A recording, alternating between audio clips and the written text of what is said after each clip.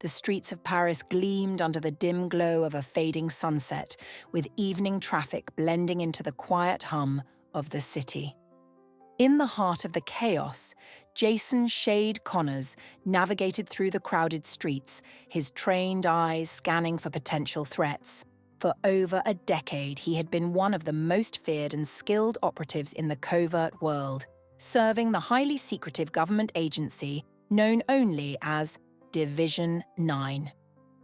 He'd taken on the missions too dangerous, too dark for anyone else. But this time, the mission was different. He pulled out his burner phone, the latest mission details flashing on the screen. Target: Ichabod Kramer. Objective: eliminate. Prevent exchange of bioweapon. Kramer, a German arms dealer turned extremist, had stolen a virus capable of wiping out entire cities. The plan was to sell it to a shadowy organization known as Phantom, a loose network of rogue states and black market dealers. Division 9 had intel that the exchange was to take place at a remote estate just outside Berlin. But as Jason studied the details, something gnawed at him. There were too many gaps in the intel, too many moving parts, and the timing felt rushed. His instincts, honed through years of surviving high-stakes missions, screamed that something was off. At the rendezvous, just as he locked eyes on Kramer, a new message buzzed through his phone. Mission compromised. Abort immediately. Before Jason could react, an explosion ripped through the estate, throwing him backward. He scrambled to his feet as gunfire erupted from all directions. In the midst of the chaos, he saw a familiar figure. A Division 9 sniper team, trained to kill without hesitation. They were aiming at him. Betrayed, Jason's mind raced. He had just been burned by his own agency. Hours later, Jason sat in a darkened safe house deep in the back streets of Vienna. He had narrowly escaped the sniper team and evaded a massive manhunt across the German border. His thoughts raced. Why had Division 9 set him up? Why had they turned against him? As he pieced together the events of the mission, the truth started to unravel. He had been framed. The explosion, the hit teams, the entire operation was a cover-up. His burner phone buzzed again, but this time it was a call. Jason hesitated, then answered. "Shade," a woman's voice said on the other end, familiar yet strained with urgency. It was Lena Drake, an ex-Division 9 field agent who had vanished off the grid years ago after exposing corrupt elements within the agency. "They're coming for you. You've been set up to take the fall for Kramer's assassination. And worse, they've labeled you a traitor. Division 9 is working with Phantom."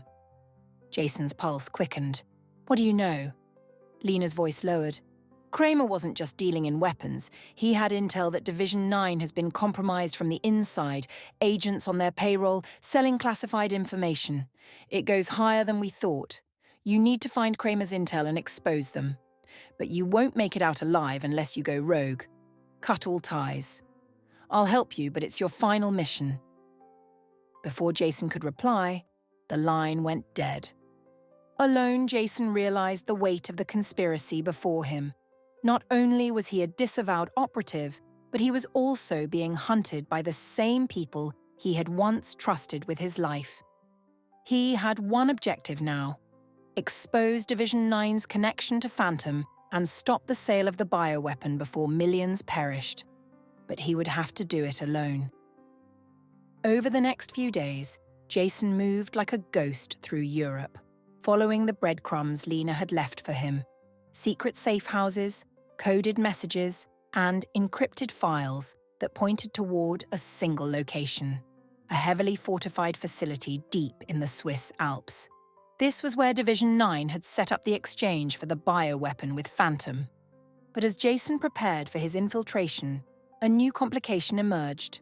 Commander Victor Kane, the ruthless leader of Division 9's Black Ops unit, was hunting him. Kane had been Jason's mentor once, a man he admired, but now he was a relentless pursuer, ordered to eliminate Jason at all costs. Every step of Jason's journey, Kane was right behind him, using all the resources of the agency to track him down. In a series of brutal encounters, Jason barely escaped multiple assassination attempts by Division 9's elite hit squads. As he moved closer to the truth, he discovered that the bioweapon wasn't just about profit for Phantom. It was about control.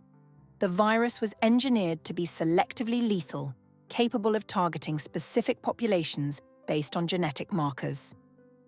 Division 9's leadership planned to use it as leverage to manipulate global powers, and Kramer's intel had the potential to bring them all down. The night was dark, cold, and unforgiving as Jason approached Phantom's hidden base in the Alps. Snow blanketed the ground, muffling the sound of his boots as he made his way toward the looming fortress. Armed guards patrolled the perimeter, and surveillance drones buzzed overhead. But Jason, with his unparalleled skills, slipped through unnoticed. Inside, the heart of the operation pulsed with activity. Scientists worked frantically on the virus, while Phantom leaders, clad in tailored suits, negotiated terms of the bioweapons sale. And there, standing among them, was Agent Walker, Division 9's top intelligence officer, and Kane's second-in-command. She was the traitor within the agency, the one pulling the strings. Jason had no backup, no extraction plan. His only mission now was to stop the exchange, retrieve the intel, and destroy the virus no matter the cost. He moved swiftly, dispatching guards with precision as he made his way to the core of the facility. Explosives rigged to key structures would serve as his backup plan. If things went wrong, he would take down the entire base. But just as he was about to retrieve the virus samples, Kane appeared, his figure towering and imposing, blocking Jason's path. His eyes were cold, devoid of the bond they once shared. "End of the line, Shade," Kane growled, drawing his weapon. "You should have stayed loyal to the agency." Jason gripped his knife, knowing there was no reasoning with Kane now. The two engaged in a brutal fight, years of training and trust shattered in a deadly dance of fists, blades, and gunfire. Kane fought like a man possessed, but Jason's resolve was unbreakable. The fight culminated in a heart-pounding moment as Jason disarmed Kane and held him at gunpoint.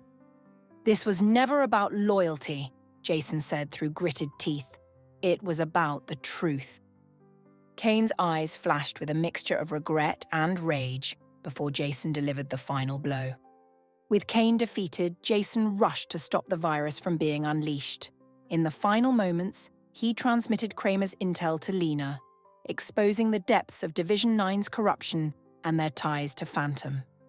Just as he planted the final explosive, the facility descended into chaos. The bioweapon was destroyed, and Phantom's plans were left in ruins. Jason barely escaped the facility as it exploded behind him, the shockwave sending him tumbling into the snow-covered valley. Weeks later, Jason sat in a quiet cafe in Istanbul, far from the reach of Division 9 or Phantom. The world believed him dead, and for now that was how it had to stay. Lena had disappeared again, but the intel they exposed had caused ripples across the intelligence community. Division 9 was disbanded, its leaders arrested or on the run. But Jason knew this was only the beginning. As long as there were organizations like Phantom, there would always be another mission, another fight. He glanced at the encrypted phone in his pocket, knowing it would buzz again soon. He was a rogue operative now, outside the system. And for the first time in his life, he was truly free. But the world was far from safe.